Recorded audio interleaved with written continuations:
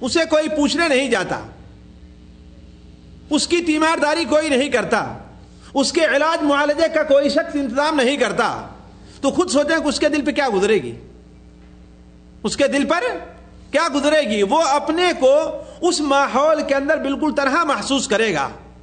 اور جبکہ یہ بات واضح ہے کہ مسلمان کا بھائی ہے، اور ایک مسلمان کے لیے قطعاً یہ مناسب نہیں ہے، ایک بھائی کے لیے قطعاً یہ مناسب نہیں ہے کہ وہ اپنے بھائی کو اسی طریقے سے پریشان حال رہنے دے، پریشان حال رہنے دے. تبھی تو کبھی اللہ کے رسول صلی اللہ علیہ وسلم نے یہ فرمایا کہ ایک مسلمان کے دوسرے مسلمان پر 6 حق ہیں، ایک مسلمان کے دوسرے مسلمان پر 7 حق ہیں. اور کہیں تو حضرت براء ابن عازب بیان فرماتے ہیں کہ اللہ کے رسول صلی اللہ علیہ وسلم نے ہمیں 7 چیزوں کا حکم دیا ہے اور 7 چیزوں سے منع کیا ہے. تو 7 چیزیں جیسا کہ بخاری شریف کے اندر یہ روایت ہے، جن چیزوں کا حکم دیا ہے آپ صلی اللہ علیہ وسلم نے، اس میں مریض کی عیادت کرنا اور اس کے جنازے کے ساتھ جانا بھی ہے. حتیٰ کہ آپ تعجب کریں گے، صحیح مسلم شریف کے اندر حضرت ابو ہریرہ رضی اللہ عنہ کی روایت ہے کہ اللہ تبارک و تعالیٰ دن قیامت میں، اللہ تبارک و تعالیٰ دن قیامت میں اپنے ایک بندے سے جب سوال کرنے لگے گا، اس کا حساب لینے لگے گا، تو پوچھے گا کہ اے بندے، میں بیمار تھا، تو نے میری عیادت کیوں نہیں کی؟ ذرا سوچیں کیا الفاظ استعمال کرے گا کہ اے بندے، میں بیمار تھا، تو نے میری عیادت کیوں نہیں کی؟ وہ بندہ فرمائے گا اے اللہ تعالیٰ، تو تو رب العالمین ہے، ہر ایک کو شفا تو دیتا ہے، ہر ایک کی رعایت تو کرتا ہے، ہر ایک کی حفاظت تو کرتا ہے، تو کیسے بیمار ہوگا کہ میں تیری عیادت کروں؟ یہ کیسے ہو سکتا ہے؟ تو اللہ تعالیٰ فرمائے گا کہ میرا فلاں بندہ بیمار تھا، اگر تو اس کی عیادت کیے ہوتا تو اس کے پاس تو مجھے پاتا، اس کے پاس تو مجھے پاتا، اس کا اجر تو آج یہاں پر دیکھتا.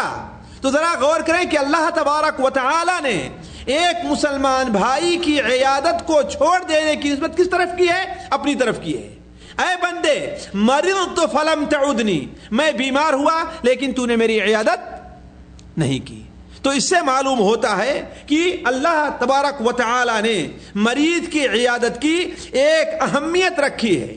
اور صرف اسی پر نہیں بلکہ اللہ کے رسول صلی اللہ علیہ وسلم نے مریض کے عیادت کی بڑے فضائل اور بڑی خوبیاں بیان کی ہے کہ جو انسان ان فضائل کے اوپر نظر رکھے گا اس سے کبھی بھی یہ نہیں ہوگا کہ ہاں وہ بیمار کی عیادت کے اندر کوتاہی کرے. مثال کے طور پر ایک حدیث کے اندر اللہ کے رسول صلی اللہ علیہ وسلم نے ارشاد فرمایا، جسے حضرت ابو سعید خدری رضی اللہ تعالیٰ عنہ، حضرت ابو سعید خدری روایت کرتے ہیں اور یہ حدیث صحیح ابن حبان کے اندر ہے کہ اللہ کے رسول صلی اللہ علیہ وسلم نے ارشاد فرمایا، جو انسان 5 عمل ایک دن میں کر لے گا اللہ تبارک و تعالیٰ اسے جنت والوں میں لکھ دیتا ہے.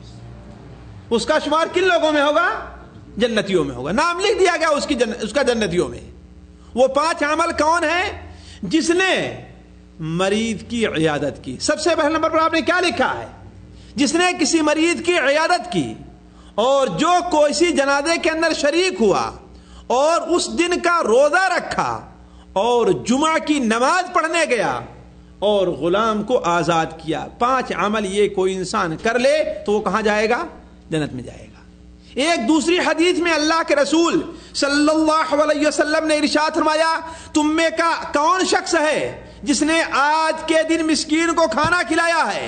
حضرت ابوبکر صدیق رضی اللہ عنہ فرمایا کہ ہم نے کیا ہے. کہا تم میں کا کون شخص ہے جس نے کسی مریض کی عیادت کی ہے؟ حضرت ابوبکر صدیق نے فرمایا ہم نے کیا ہے. آپ صلی اللہ علیہ وسلم پھر فرمایا کہ تم میں کا کون شخص ہے جس نے جنازے کے ساتھ گیا ہے؟ حضرت ابو صدیق نے فرمایا کہ میں ہوں. اس کے بعد فرمایا کہ تم میں کا کون شخص ہے جس نے کسی مسکین کو کھانا کھلایا ہے؟ یہ چاروں کام ایسے ہیں جو مشکل نہیں ہے، ہر انسان کر سکتا ہے. فرق یہ ہے کہ سوچنے اور غور کرنے کی بات ہے. اور مجھے اچھی طریقے سے معلوم ہوا ہے کہ آج بھی کچھ ایسے بندے ہیں جو اس کا بڑا اہتمام کرتے ہیں. مثال کے طور پر یوم الخمیس اور یوم الاثنین کا وہ روزہ رکھتے ہیں اور انہیں تقریباً 25 کلومیٹر جانا پڑتا ہے ریاض میں، ایک کنارے سے دوسرے کنارے تک، یعنی مسجد راجحی میں جا کر کے یوم الاثنین کو کسی جنازے کے اندر ضرور شریک ہوتے ہیں. تو کوئی شخص جو 4 عمل یہ کر لیتا ہے تو اللہ کے رسول صلی اللہ علیہ وسلم نے ارشاد فرمایا کہ وہ جنت میں داخل ہوگا. تو معلوم یہ ہوا کہ مریض کی عیادت کرنا یہ کوئی معمولی بات نہیں ہے. کیوں؟ اس لیے کہ اس عیادت کے بڑے فائدے ہوتے ہیں، بڑے فائدے ہوتے ہیں، جس میں کا سب سے بڑا فائدہ ذرا آپ سوچیں، 2 فائدے ذرا سوچ لیں. ان تمام فائدوں کو میں آپ کے سامنے نہیں رکھ سکتا، لیکن 2 فائدے پر غور کریں. ایک فائدہ تو یہ ہے کہ جس مریض کی عیادت اور زیارت کے لیے آپ جائیں گے وہ خوش ہوگا، وہ خوش ہوگا، اپنے تئیں محسوس کرے گا کہ ہاں بھائی میں اکیلے نہیں ہوں، میرے متعلق پوچھنے والے، سوال کرنے والے بہت سے لوگ ہیں. واللہ شاید آپ لوگ اس پر غور نہ کریں. اگر آپ میں سے کسی کو یہ اتفاق ہو جائے کہ ہاسپٹل میں آپ داخل ہو جائیں اور دیکھیں آپ کہ فلاں کو کی زیارت کرنے والے لوگ آ رہے ہیں، فلاں کی آ رہے ہیں، فلاں کی آ رہے ہیں، اور میری زیارت کرنے والا کوئی نہیں آ رہا ہے، تو آپ کے دل پہ کیا گزرے گی؟ کیا گزرے گی آپ کے دل پر؟ تو کسی کے احسان کر کے دل خوش کر دینا یہ اسلام کے اندر بڑی اہمیت رکھتا ہے، بڑی اہمیت رکھتا ہے کسی کا احسان کر کے دل خوش کر دینا. اسی لیے اللہ کے رسول صلی اللہ علیہ وسلم نے ایک حدیث بیان فرمایا کہ اللہ تعالیٰ کے نزدیک سب سے زیادہ محبوب وہ بندہ ہے جو اللہ کے بندوں کے لیے سب سے بہتر ہو. مصیبت میں ان کے کام آتا ہے، بیماری میں ان کی عیادت کرتا ہے، ان کی بیمار پرسی کرتا ہے، ان کے ساتھ اچھے طریقے سے پیش آیا کرتا ہے. تو سب سے بڑا فائدہ پہلا یہ ہو رہا ہے کہ بیمار کا دل خوش ہوتا ہے، اسے سکون اور اطمینان ملتا ہے. اور جدید طور پر بھی یہ تحقیق ہو چکی ہے کہ بیمار کو جلدی شفا یاب ہونے کے لیے ضروری ہے کہ اسے خوش رکھا جائے، اسے خوش رکھا جائے، اسے غم لاحق نہ ہونے دیا جائے. اس لیے کہ جب غم لاحق ہوتا ہے تو اس بیماری سے شفا یاب ہونے میں تاخیر ہوتی ہے. صرف یہی نہیں کہ تاخیر ہوتی ہے بلکہ اس کی بیماری ایک دوسری بیماری کی شکل اختیار کر لیتی ہے، ایک دوسری بیماری کی شکل اختیار کر لیتی ہے. تو سب سے پہلا فائدہ یہ ہو رہا ہے کہ بیمار کا دل اس سے خوش ہو رہا ہے. اور دوسرا فائدہ جو اس سے ہونے والا ہے وہ زیارت کرنے والے کے لیے ہے. وہ کیا کہ زیارت کرنے والا سوچے کہ اللہ کا شکر ہے کہ اللہ نے مجھے صحیح سالم رکھا ہے. اسے اپنی صحت یاد آئے گی، اللہ کی نعمت یاد آئے گی، اللہ کا شکریہ ادا کرے گا اور اسے آخرت یاد آئے گی. تبھی تو صحیح الترغیب و ترہیب میں ہے کہ اللہ کے رسول صلی اللہ علیہ وسلم نے ارشاد فرمایا عود المریض واتبعوا الجنائز تذکرکم الآخرہ.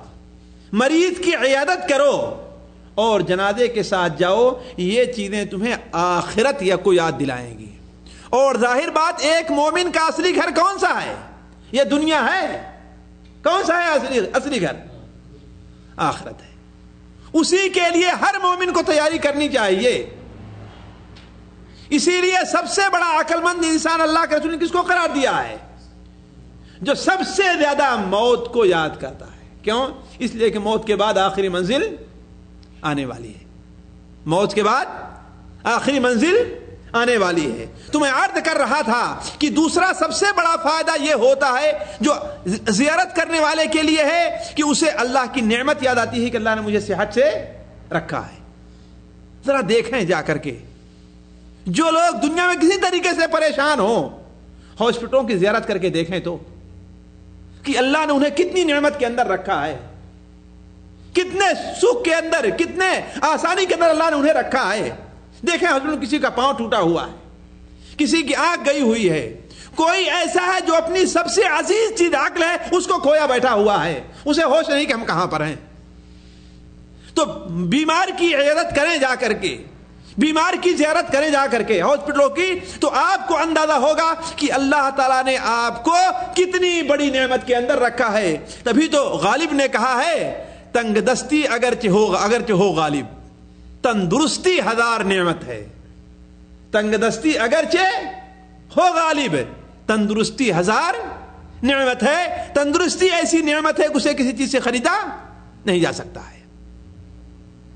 تو اللہ کے رسول صلی اللہ علیہ وسلم ایک بیمار کی عیادت کی فضیلت بیان کرتے ہوئے آپ نے کیا بیان فرمایا کہ 5 چیزیں جو انسان ایک دن میں کر لے گا اور